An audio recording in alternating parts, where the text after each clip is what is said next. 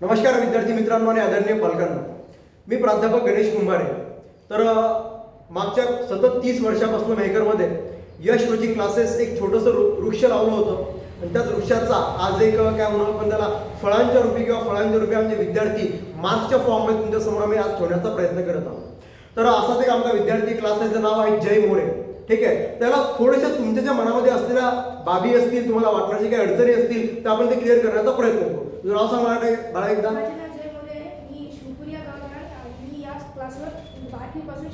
बरं, तू झेडपीला होता 7वी पर्यंत.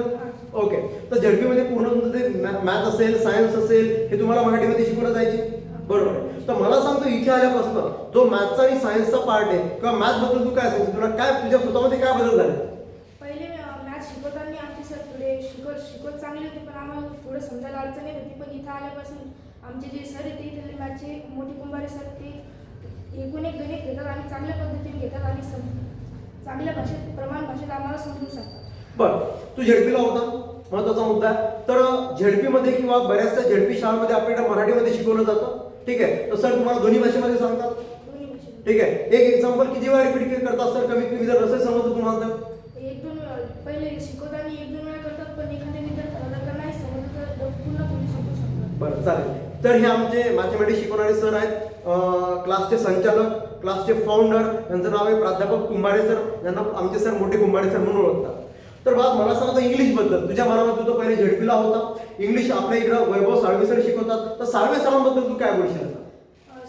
आमचे इथले इंग्लिशचे सर वैभव साळवे सर हे पण आम्हाला खूप चांगल्या पद्धतीने शिकवतात व इंग्लिशमध्ये ट्रान्सलेशन करून ते मराठीत प्रमाण भाषेत सुद्धा सांगतात आणि एखाद्या शब्दाचे अर्थ पण तंतोतंत सांगतात व खूप चांगले शिकवतात.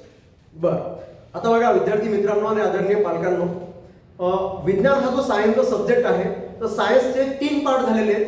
ठीक आहे ना, फिजिक्स, केमिस्ट्री आणि बायोलॉजी. ठीक आहे ना, त्यापैकी 2 पार्ट मी शिकवतो स्वतः, गणेश कुंभारे. तर तू सुद्धा 8वी पर्यंत मराठीमध्ये होता.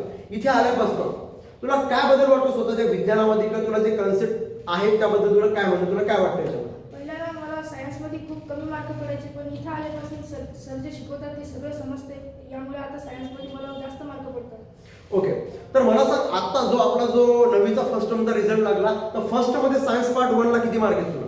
मला सायन्स पार्ट 1 ला 40 आउट ऑफ 38 मार्क आहे. ओके, तर जयला विचार करा, जो विद्यार्थी 8वी पर्यंत 7वी पर्यंत मराठी मीडियमला शिकतो, 9वीला आल्याच्या नंतर 9वी हा एक 10वीचा पाया असतो आणि 10वीला झेडपी मधनं मराठी मीडियम मधनं आल्याच्या नंतर त्याला 40 पैकी 38 मार्क सायन्स 1 मध्ये भेटलेले, सायन्स पार्ट 1 मध्ये. सायन्स 2 मध्ये किती मार्क्स भेटतात तुला?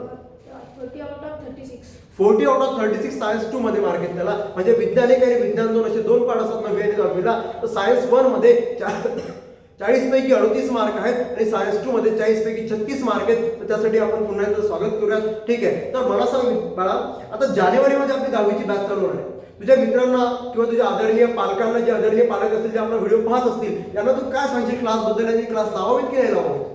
खूप चांगला क्लास आहे, माझ्या मनाने खूप चांगला क्लास आहे, लावावे. तुम्ही चांगले शिकवतात व कन्सेप्ट पण पुन्हा क्लिअर करून घेतात, काय समजलं नाही तर पुन्हा समजून सांगतात, असं चांगलं शिकवलं, त्यामुळे तुम्ही क्लास लावायला पाहिजे. ओके, तर धन्यवाद यश. एक झेडपीचा विद्यार्थी आहे, खेड्यातनं आलेला विद्यार्थी आहे. जर अशा मुलांना जर 40 पैकी आम्ही तुम्हाला 35च्या वर जर घेऊन जाऊ शकतो, तर 100% तुमचा पण फायदा होईल. धन्यवाद.